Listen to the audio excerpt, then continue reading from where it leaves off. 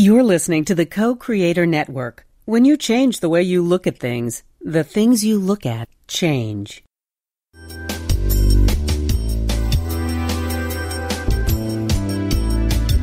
Good afternoon. Welcome to Why Shamanism Now, a practical path to authenticity with your host, Christina Pratt, Director of the Last Mask Center for Shamanic Healing. She's talking about how shamanic skills can bring us to physical, emotional, mental, and spiritual well-being, especially when nothing else can. Now, here's your host, Christina Pratt. Welcome, everyone, to Why Shamanism Now. This is your host, Christina Pratt. I'd like to begin the proceedings here today by calling out to the helping spirits to be with us. So I call out first to your ancestors and to mine.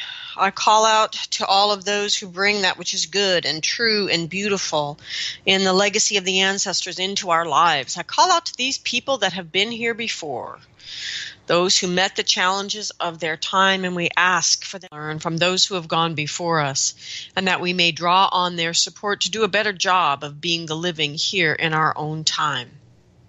We call out to these ancestors to help us to meet the challenges of our time in innovative and creative ways, to bring forward those qualities that are eternal, those qualities that help humans to be the best possible version of what humans can be, but to also innovate in this time to become the medicine that is needed in our world so that the world is a better place for those who are coming. And so we ask the human ancestors to gather around us here today and to help us in this way to be better and better versions of the living.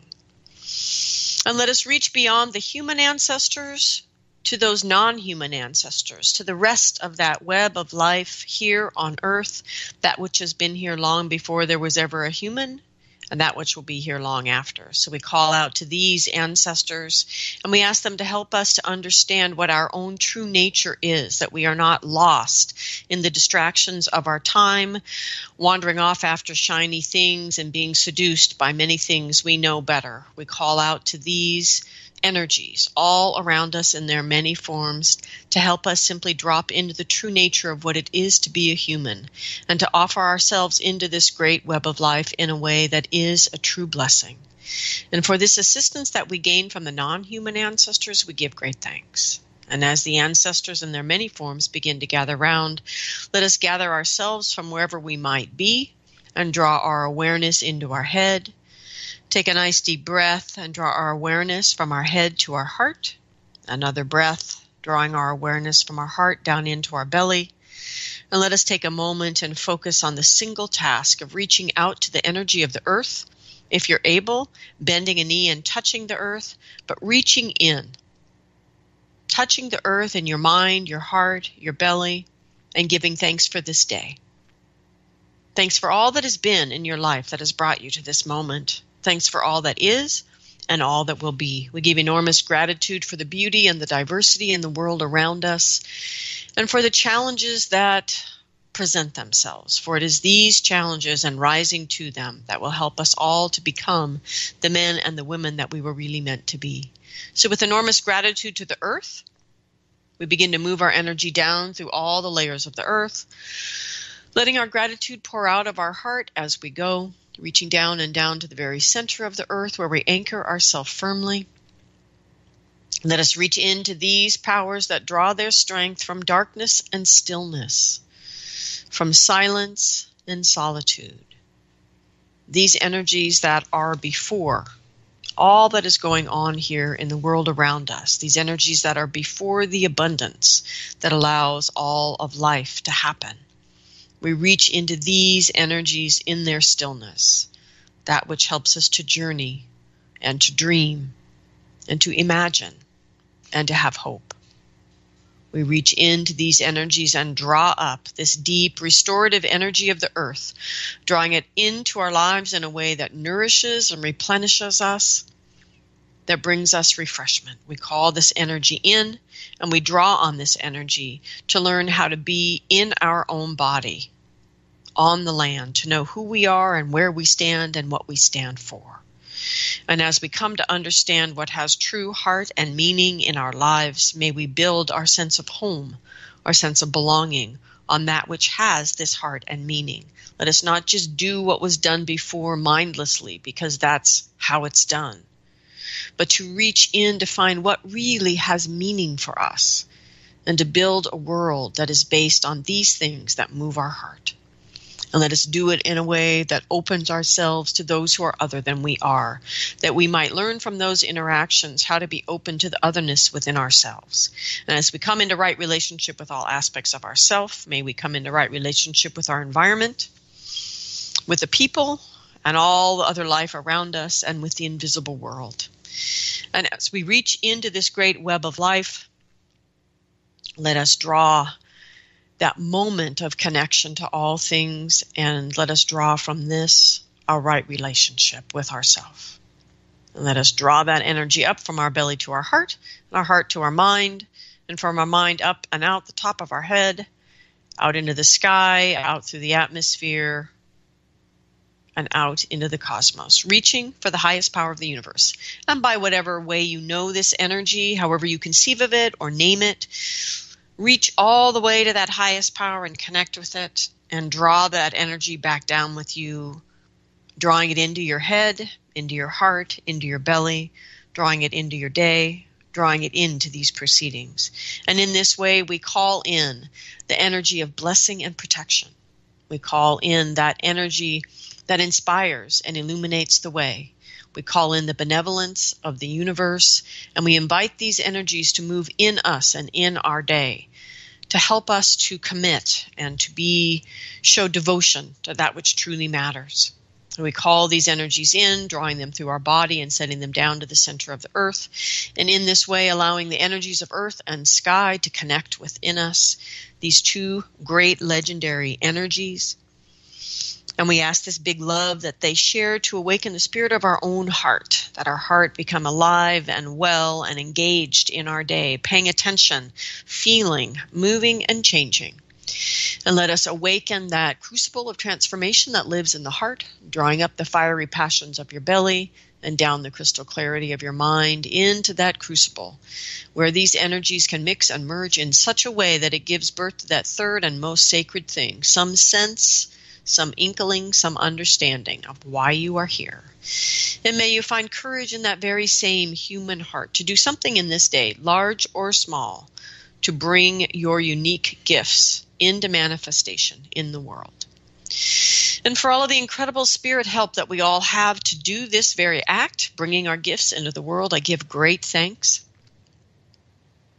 May what needs to be said here today, and what needs to be heard, and may these proceedings go forward in a way that is good for all living things. I'd like to give a special thank you to Jose and Jane, to Kate, Regina, Sarah, to Rainy Day, and Amy. These are listeners who have been able to donate financially to the show.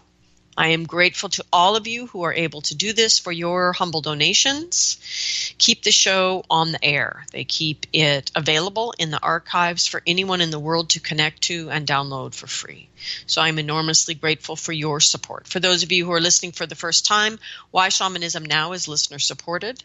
There are over 400 hours of free podcasts about the practical application of shamanic skills in our contemporary life, and they are available to you free to download because listeners like you have been willing to donate financially at whyshamanismnow.com, clicking the support button, and they have also shared these ideas in their journey circles, brought them into their own shamanic practice.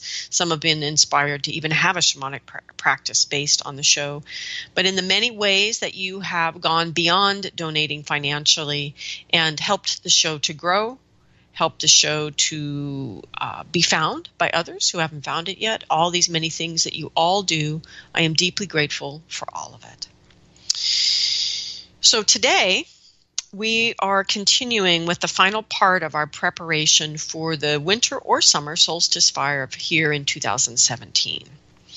We are not live today, but you are welcome to email me at Christina@lastmaskcenter.org if you have questions that aren't being answered by the show. You can also go to the Facebook page for Why Shamanism Now and leave your questions there. It's best if you connect them to the show posting that you're asking about. All right, so This winter solstice theme is empowerment and sovereignty. And for obvious reasons going on in the world, we are being asked by the spirit world to step more fully into the empowerment and sovereignty that exists already within each one of us, that we might demonstrate greater strong-heartedness and leadership in the world all around us. So, as I said, this is week 4 of part 4 of the preparation for this winter or summer solstice ritual. With listeners spread all around the globe, we hope to unite as one and empower each other's ritual work.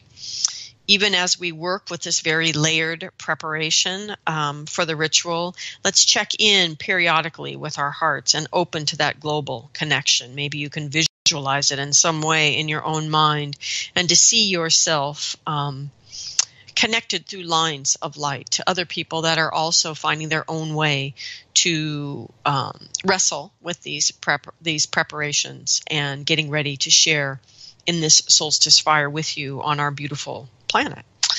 So as we journey and we stir our stories and we sift through our stories, let's keep that web clearly visualized in our own minds. And I am really very serious about this, that we can use this ritual as a gateway to leave our old stories behind.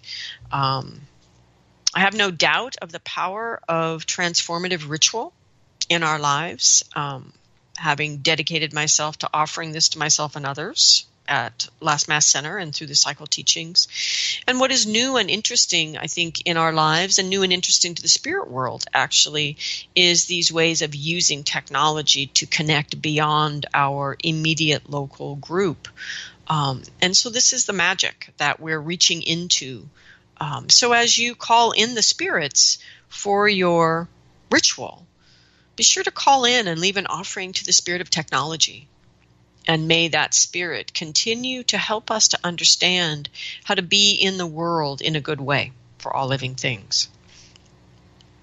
Okay, so quick review. The healer's part of the preparation is 3 weeks ago. And the healer was asking us to look at the stories we tell ourselves about humanity in particular, sovereignty, and power. The steps from the healer were about stirring up our stories so that we can see them and work with them. The healer's counsel is about tending your own inner fire. The healer says that this is no one's job but your own, ever. No one gives you your power. No one gives you your sovereignty. You don't have to take it. You already have it. You have to own what is yours and step up into it.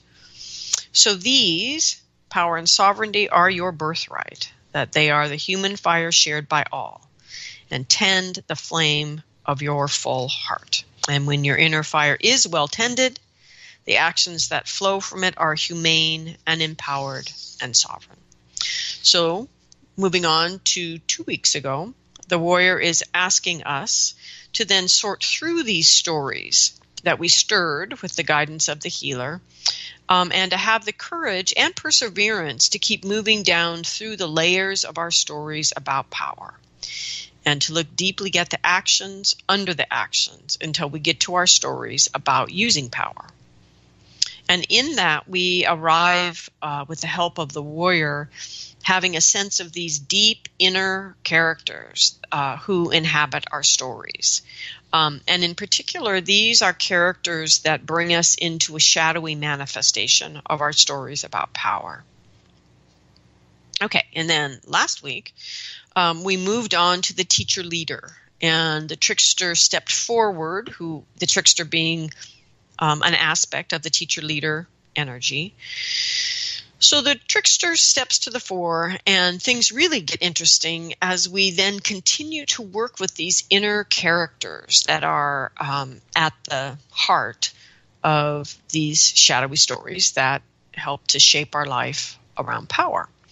And so with the guidance of Trickster, last week we asked, what in me is being controlled, judged, or simply positional in each of these stories? And the trickster asks you then right in the face, what would happen if you really loved these inner energies that are being controlled and judged and stuck in their position? And then to notice what arises in you that keeps you from this really strong-hearted love of these energies. And that, whatever it is that arises in you, these energies that arise that keep you from your own strong-hearted love of yourself, right? That these are what you are going to sacrifice into the fire. And you're guided by Trickster then to wrap these energies into your own death arrow for the fire, or power object of some kind. And so death arrows and life arrows are usually some stick that is often wrapped or carved or painted, but often wrapped with different colored yarns and with the wrapping is a meditation of how we are infusing this death arrow with these energies being that which arises that keeps you from this strong-hearted love of these inner characters. Okay. So in some way, you are creating your death arrow, which is your power object that is going to carry these energies you need to release into the fire. Okay. The options are open for how you decide to create this power object to carry these energies. The important thing is that you infuse the object with these energies. And just to clarify this object from the second object we're going to talk about today, we're going to call this the death arrow. Whether yours ends up looking like an arrow or not is irrelevant. The point is, this is what the energies that you are releasing into your fire, be it winter or summer fire. Okay. So that's 75% of our work here with the fire. So then now we move on, because the arc of this process is not quite complete. So we move on now to get input from the fourth quadrant of our circle here, which is the visionary energy. And with the visionary, we are being asked to do some literal visioning work, to work with our capacity to imagine, to see what does not yet exist. And specifically, the visionary is asking us to envision a new story for our world and to envision a new story for ourselves. In other words, what would your life be like if these energies that you've been stirring and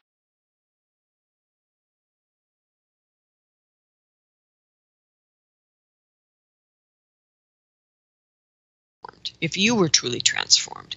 What is this new story about the world that would make every day of your life worth living deeply, resoundingly, with that which has heart and meaning for you? So the visionary says that this solstice ritual is an opportunity for us to step into a new story, in particular around power and sovereignty. And so as we do this work with an awareness of people all over the globe doing this work with us, let us all be aware of the different kinds of challenges people have around what power they are allowed to access and how they are allowed to access their sovereignty. That this is changes based on country, changes based on politics. It can change based on, and all of these things are being treated equally as stories that humans are telling that shape or curtail or limit or give different groups of people their sense of the power or sovereignty they deserve or have the right to claim, etc. And what the spirits are telling us is it's all bullshit. All of it. That you as a human being are born into, that's what birthright means, you are born into power and sovereignty. And we are being asked and guided here by the teachers of the cycle to get out of our own way and to live this birthright. Okay? So the visionary is saying here that this is an opportunity for us to step into the new story around empowerment and sovereignty, which can then support all the other aspects of the new story. And so this was something that hasn't quite surfaced yet in these weeks we've been preparing, is the idea that the part of the value of changing your deep shadowy stories around power and sovereignty is that if you can change them, they then support change in everything else that needs to change. Okay. So in this idea, we're doing this, of course, as a global process, which is also part of the new story from my perspective, to begin to move as this family of humanity without different separations. And, maps and countries have a lot to do with lines that have been arbitrarily drawn, and drawn by history, drawn by suffering, drawn by old stories we'd like to change. So here we are, preparing as one big crazy family of humanity for our fire. Okay, so you have from last week's work with the Trickster, right? You have your cast of inner characters that are operating in the shadow, and you determined what was being judged, controlled, or simply positional, and you answered this question of what do I need to sacrifice to love them, right? And those energies go into the power object I was just talking about, your death arrow for the fire. Okay, so in the context of all of that, which is 3 weeks of work, right, the visionary says, what about life? The visionary says, go back to these same inner characters and move them out of the shadow, move them to the other side of this fire when they've been transformed by this fire, and to begin to write the new story of these characters in your world. And so the visionary says specifically, the story at this stage has 3 parts. Part 1 of the story is the story of how these inner characters receive your love, and how that creates the conditions for their instantaneous inner transformation. So transforming out of what is being judged, transforming out of the limitations of that judgment and blossoming. What is being controlled, transforming out of that state of being controlled and blossoming. And what is stuck or righteous or positional, and through your loving acceptance and work with the fire, this energy transforms and blossoms. Okay, so that's part 1, is what actually happens as you love these inner characters. Because remember, what you're throwing in the fire is what keeps you from that love. So your job now is to do the loving, right? So you imagine doing that loving and how things begin to transform. So part 2 then in your story is how these energies emerge from that love and how they are not what you originally imagined them to be. They're not who you've learned that they are. But with that love, they blossom and transform into other things. And the third part here of this beginning of this new story is how, now that these energies are transformed into their true nature, how having these aspects of yourself restored in this way changes you. And so for right now, those are the 3 parts of your new story. And this is the guidance of the visionary to write this. Literally to write it. To really use your creative imagination and go back to these characters that you discerned in the work with the warrior and the trickster, and what does happen as you love them. You may want to journey about it to see, how does this energy transform if I just love it completely, accept it as it is and love it and allow it through that loving acceptance to evolve. You may need to journey about that first to start to see. And then what happens in my life as I start to express this energy, not only of loving the energy itself, and how does that change how I am in the world, but when that energy becomes the blossomed true energy and becomes part of me, how does that change me in my life?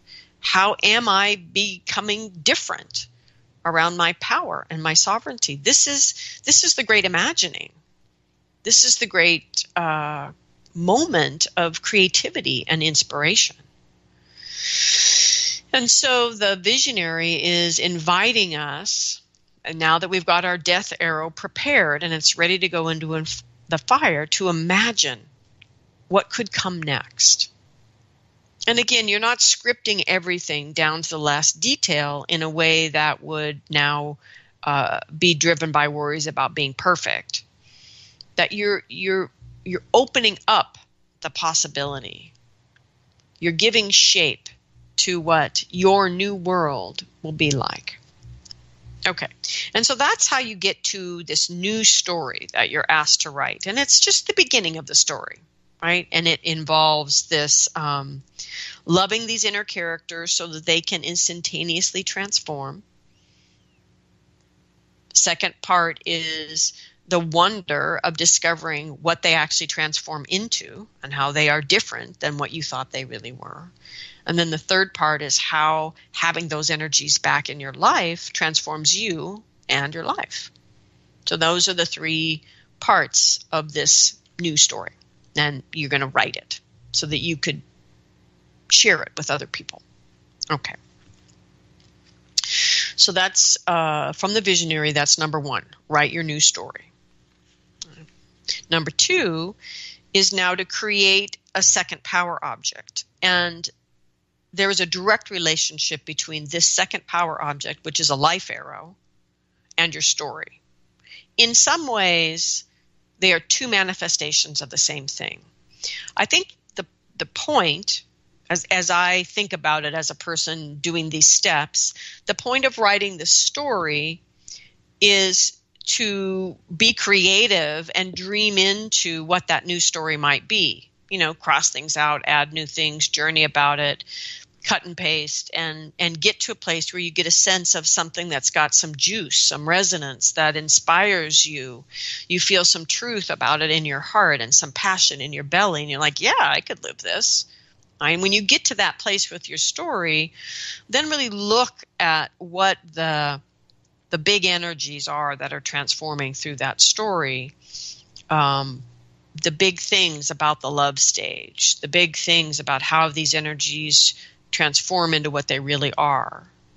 And then the big things about how those energies transform you. Those are the three parts. And so your life arrow would then be you in meditation crafting this life arrow that holds those same energies, that story of that transformation of the energy from the shadowy energy that gets loved to what it originally was, and then who you become living that energy.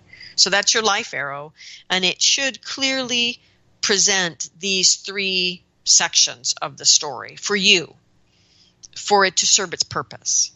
It doesn't necessarily communicate any details to anybody else other than, why do you have this weird stick in the earth with stuff on it, right? It's not necessarily going to be clear to anybody else. But it should be clear to you what these energies represent.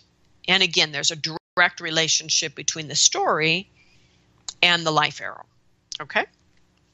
So they each have three parts, same three parts. All right. So, you have your story literally written down. You have your arrow with its three sections. And the final piece the visionary is asking you to do is to now, having kind of massaged this energy a couple times, to create an image. Now, for those of you who have the ability to draw or paint or work with pastels or any of those artistic medium, go for it. There's no prescription here about what you should do. But for those of you that feel somewhat challenged in that department, collage is a really easy way to draw on the powerful images of our visually driven world and create a very compelling image for yourself that far transcends your artistic capacities. So feel free to choose how you want to create your image. Okay, and the image is especially thinking about it as a collage that has layers. Now, those of you who are artistically endowed, you can think of a drawing or a painting that has layers as well.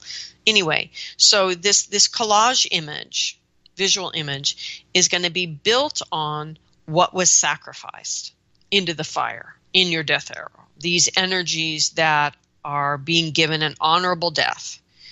And they need to be appropriately honored and connected with in a sense that is not about holding on to them, but respecting the transformational journey they've taken you on till this point in time. And you're bringing death in a good way to let them go. Okay. So that's kind of the first layer. And then your image should have then the 3 sections that are in your story. You know, they're echoed in your life arrow. They would be echoed here in your image that you create. And then somewhere in this image that you're creating needs to show up this inner fire that we've been talking about. And the inner fire is, on one hand, an inner fire, that which truly burns within you of your own power and your own sovereignty. And it's also been described by the teachers in this process as a triangle, an equilateral triangle, where one side of the triangle is power, the other side is sovereignty, and the third side is your humanity. And so in some way, your inner fire and this equilateral triangle is in your collage or your image in some way. Again, expressed creatively as you choose to.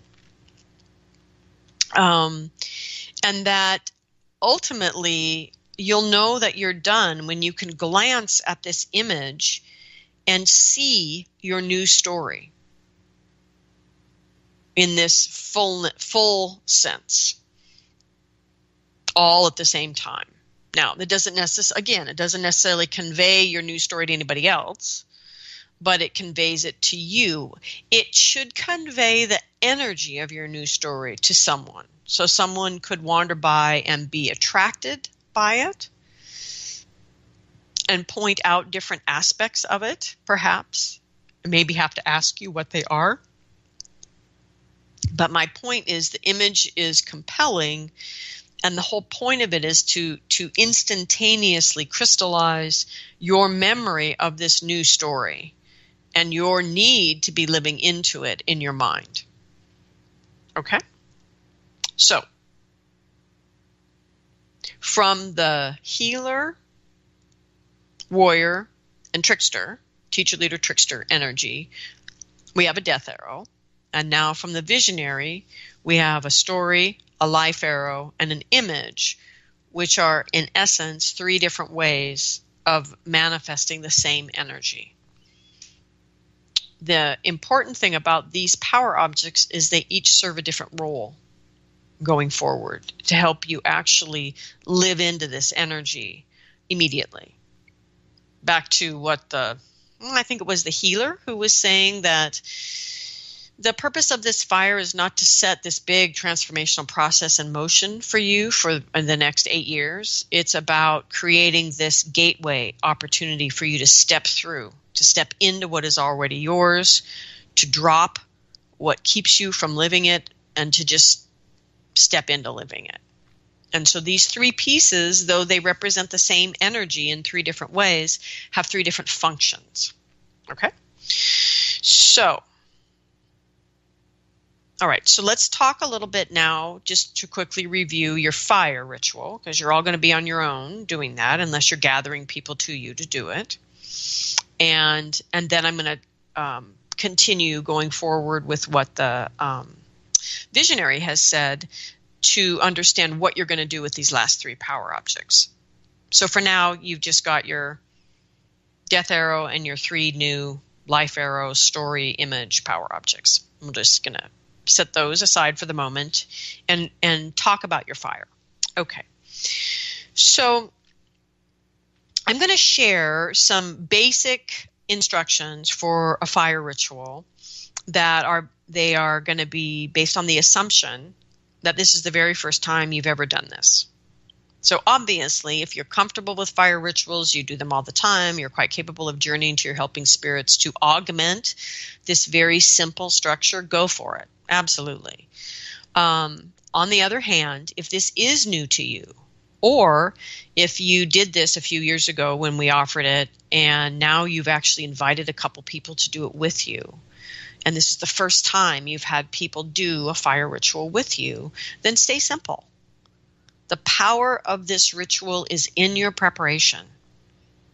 All you need to do is do the ritual well, simply and well, and it will set that power into motion in your life and the lives of those who gather with you. And everybody needs to remember that the ritual begins this process. It's not the end. And so the very issues you've worked with now, potentially for weeks, under the guidance of the teachers, may be right in your face the very next morning. And that is the nature of this kind of transformational fire. So it doesn't mean you failed. You have to remember it's creating the opportunities for you to take new actions and make new choices to make the new story real. So do not lose heart. Okay. So preparation. Obviously, these 4 weeks of shows. Okay. So you've done that work and you've prepared your power objects. So now it's time for the ritual. So you need to prepare yourself personally. This is normally considered some act of cleansing, turning off your phone, ending the things that would distract you. It could be bathing, some kind of physical cleansing, some kind of mental cleansing through meditation. It can be a kind of smudging or clearing with sacred herbs or even sound, but some way to prepare yourself to cleanse. Not that you have some sort of negative problem, but just to simplify your energy so you bring yourself as cleanly and clearly into the ritual as possible, because you're about to ask for things to happen and you want to be simple, essential. Clear your space, the space that the fire is going to happen in. And it's wise to prepare your post-ritual celebration so that that's already ready, so you can go somewhat smoothly from the fire into the celebration, because the celebration is, in a big sense, part of what closes and completes the fire. So for this particular fire ritual, preparing for the meal and celebration is not just the meal and the celebration, but it is also having your stories and your images available. You can have your life arrow available as well, but you want to present them there where people can see the images, people can see your life arrow, and that ultimately in the course of sharing the meal that you will all share your stories. And so having them all staged where you need them for the second half, the meal part, is important. So getting that all prepared. All right, and then you're going to light your fire and get your fire going. Okay. So then you, if you're doing this by yourself, or you and those you've asked to join you, in some way call in the helping spirits to be the energetic container for your ritual. And if you don't have a big relationship with helping spirits, just be simple. Use what is available to all human beings and owned by no one. So that would be the 4 directions: above, below, and center. So the 7 sacred directions. That is enough to contain a ritual. To call them all in, it's often good to sing songs to them to help to shift the energy. Again, I'm offering a simple version, and many of you can make this part of the ritual very eloquent and marvelous. It is also all right to just speak with a clear bell tone of a voice and to call these energies in, especially if you've never done this before. East, south, west, north, above, below, and center. Okay. So then the next step, once you feel you've called in the spirits, so we want to call in technology, right? We want to call in probably the healer and the warrior and the trickster teacher and the visionary, whoever it is, calling in your helping spirits. You can make that as rich and layered and textured as you choose to. If you call in ancestral helping spirits, make sure they are ancestral helping spirits, not just the ancestors in general. Okay. Anyway, you get to a point where you've called in all the spirit help. The next step in the ritual is invocation. You offer the invocation, and what is essential in your invocation is that you greet your fire as a being. Ask it to perform its sacred function. In this case, you are asking the fire to help you to release old stories and fears that keep you from loving your empowered and sovereign self. You can actually read that if you feel uncertain about what you're going to say. But the point is, you want to call out to the fire as a being, grandfather fire, introduce yourself, and tell the fire why you're there. Right? What are you asking for? And then you can feed the fire in a way that asks it to become a sweet and sacred fire. This can be mostly anything other than liquids. Mostly the liquids that you would use would be some sort of alcoholic liquid that would ignite in the flame. But otherwise, it can be cornmeal. It can be herbs from your garden. It can be chocolate. It can be tobacco. Whatever it is that makes sense in your own life and your own practice. The whole point is that you're feeding the fire and treating it as a being. You've invited it to come, offer it something. Okay, so once the fire is ready, the next step of your ritual is to release your death arrow into the fire. You can dance that energy to really embody it before you send it into the fire. You can speak, but not too much. Don't say too much. I always tell my students the fire is an old man. It's the first ancestor. Don't waste his time. So say it like you mean it. Make an honorable sacrifice of your energies. Don't release anything in anger, but really release them with an understanding of what they gave to you. Again, not with a lot of words, but a lot of energetic clarity. And then witness each other. If you're doing this with more than one person, right? Really witness each other making these offerings to the fire. And even if you're alone, witness this great web of light of people all over the globe doing this same ritual with you. And when it's all done, then you would give gratitude to the fire. Again, giving thanks for what the fire has done, treating it as a being, giving it more offerings, giving gratitude. And then you would give songs or gratitude for all the spirits that you called in. Now you give thanks to them and let them know that you're complete. At that point, you would bow out of your ritual circle and step out of your ritual work with the fire. And then the prescription here for this fire is to then celebrate with a meal, even if you're alone.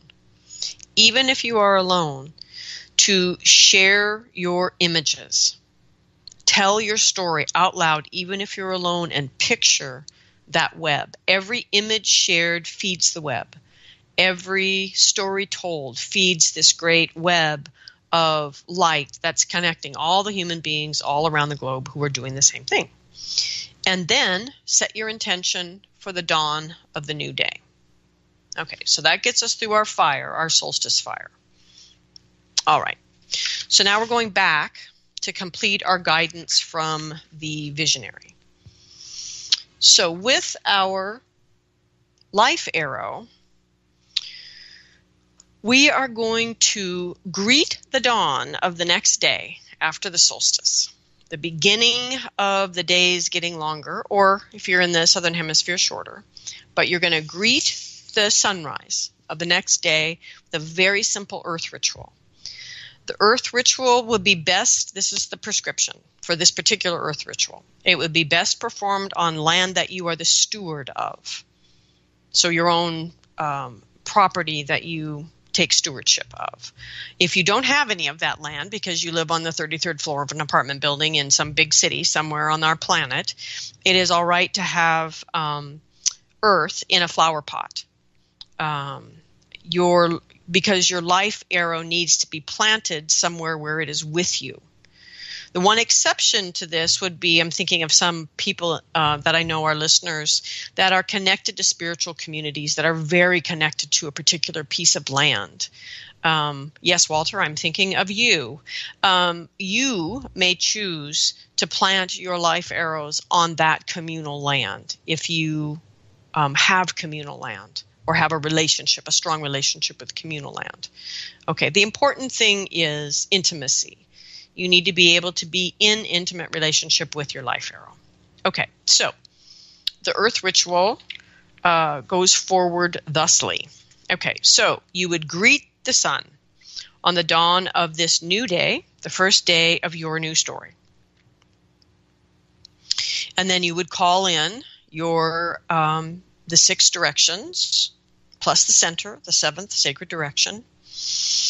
And then you would place a particular focus on calling in the earth, calling in its fertility. You might have different offerings where you're offering your gratitude to the earth.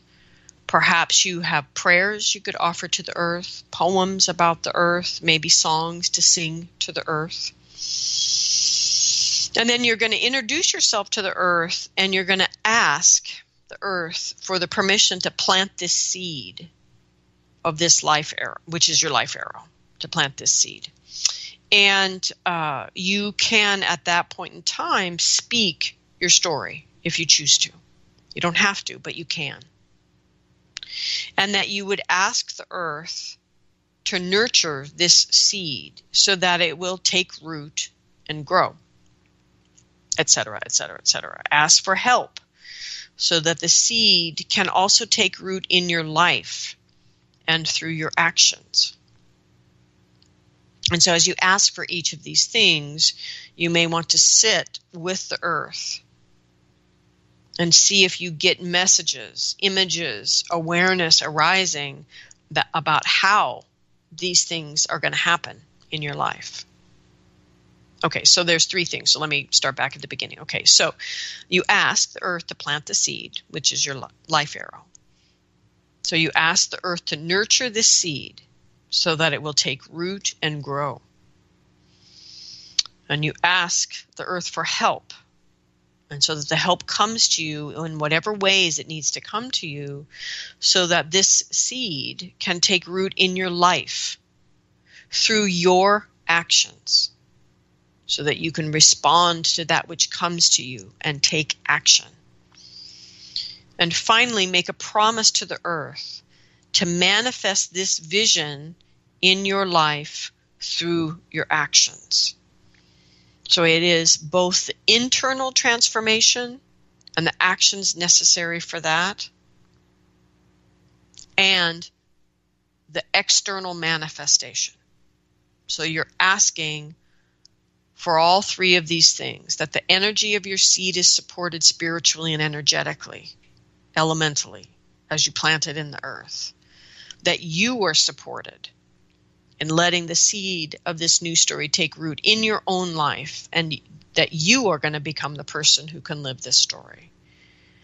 And that you are able then to manifest this through your actions in the world. Okay? Those are the functional parts of this earth ritual. Okay. Then you ask the earth to give you stability. And you may have an offering in particular that you give to the earth as you ask for stability. You have another offering, perhaps. It can be the same offering, but you would give to the earth and ask for groundedness. And that you give to the earth and ask for connection. And ask the earth, and if you have others with you in particular, reaching out to each other, to ask to be held in your commitment that you are making right now with the earth for the next 2 months. Because the next 2 months, because of your work with the fire just prior, are particularly potent time frame to take action, particularly new actions that create transformation, and actions that help you to manifest, to make things real in your life. Okay, then you would close your earth ritual with gratitude. Gratitude to all the energies that you called in, a final offering to the earth. And then you are invited to then break your fast. And so I think I forgot to say this in the beginning. So the idea would be that you do your fire, you have this meal yourself or with others, speak of the story, share the images, really witness each other in that, really listen to each other. And then you go to sleep with the understanding each one of you has this task the next morning to awaken at sunrise, to plant this seed. And so you're fasting through that whole time, and then you break your fast with your breakfast or whatever after the planting of the seed in the earth. And again, always keep in mind with ritual that ritual begins the process. It starts the change. That you want to be sure to watch your own desire for the ritual to be the end, for the ritual to magically make it happen. But to understand that you're working through ritual with the elemental energies to call out for the big help from spirit, to help to begin to orchestrate things within you and within your life so that you are able to take the actions that you need to take to make the changes within yourself and in your life. Okay. So that completes the solstice ritual process, winter or summer, for 2017, the one that we are being asked to do by the teachers of the cosmology. Okay, fast forward now 2 months into the future. So where does that put us? That puts us in February, right? So 2 months from the time that you actually do the ritual, not from the actual solstice date, but the actual date you do the ritual. Because some of you may not do it exactly on the solstice. Some of you may do it on the weekend. Some of you may do it before, whenever it is. But 2 months from your fire, right? At that point, the visionary instructs us to go to the earth where you've planted your life arrow, and to give gratitude to the earth for all the help that has come to you to take these actions within yourself and to manifest it in your life. It's an opportunity to review what has changed, to celebrate even the smallest successes and transformations. But the most important thing is that it is an opportunity to be with this life arrow and this idea of this planting of the seed time, and for it taking root and beginning to grow. Even the story itself is only 3 phases into the new story. And so I don't want you to set expectations for yourself that are outrageous and unable, and that you're actually not able to manifest. Obviously, the story can be bigger than what you can do in 2 months. But again, what I see again and again and again for contemporary people is just these wild, fantastical expectations they set for themselves, which would ultimately, in due time, be good. But they're so vast, so far from where the person is living, that ultimately they end up disappointed and unhappy about their ability to make it happen without realizing that the expectation they set in and of itself was inappropriate, right? Okay, so what the visionary is asking you to do 2 months after the fire and earth ritual is to return to the earth, return to your seed, your life arrow, and to take stock, to celebrate your blessings, to acknowledge the challenges that were unexpected that arose, to look at how you're meeting even those challenges in a different or new way. But that ultimately your task is to remove your arrow from the earth. unless you've created a power object that's going to completely decompose into the earth. But for many of you, you will be actually creating an arrow that will be sticking into the earth. And so you're to take that arrow and burn it ceremonially, honoring the seed for having been the seed of change. It's not the whole change, it's just the seed. It creates the grounding, the stability, the constancy, the little sprouting of the beginning of the new story, right? And so you're honoring it for being the seed, taking note of how you and your new story are manifesting in your life. And then at that stage, which should be different for all of you, but at that stage, you would want to think about what is next for me. Am I standing in my power and my sovereignty in my life in a new way? Does this feel good? Does this feel complete for now? What is next for me? What is the next step in the full manifestation of my own new story, but also my part in manifesting this big new story in the world? So it's a time to check in and to check in with spirit and begin to journey, because you're strategically poised at that moment, of course, to prepare yourself for the springtime equinox and the possibility of using that potent time for the next step in the journey of your own manifestation of the new story and our collective human family manifestation of the new story. So as you return to the earth and take your arrow, give thanks and complete your earth ritual and burn your arrow,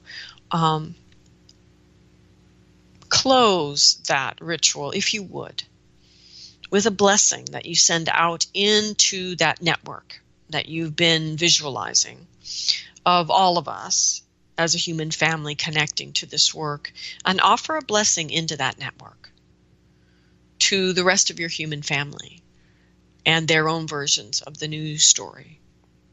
Whatever that might be, however you're inspired at the time, just let yourself be moved by wherever you are in the moment, and let that blessing, that connection to the bigger web of humanity, be the close of this particular set of rituals for this year at this time. So I want to give gratitude to the warrior, to the healer, to the teacher, leader, trickster energy, and to the visionary for their guidance in preparing to do what will be surprisingly deep work for those that are able to persevere and move through the layers and get to those deep energies and prepare for this solstice. And will be deep work for all of you. I have gratitude to all of you people who are going to do this with some awareness of your neighbors in neighboring countries, neighboring parts of the globe, doing this ritual with you. So I give gratitude to all of you, to the fire and to the earth and to the creativity that will make all of this real. So enormous gratitude to each and every one of you. And I will be up at sunrise on the day after, offering blessings to all of you in the work. So we give thanks to the energy of the earth below and the sky above, to the helping spirits that gather around us all. We give gratitude to the heart in each one of you that unites us. So thank you, everyone, and big, big blessings on your ritual work this year.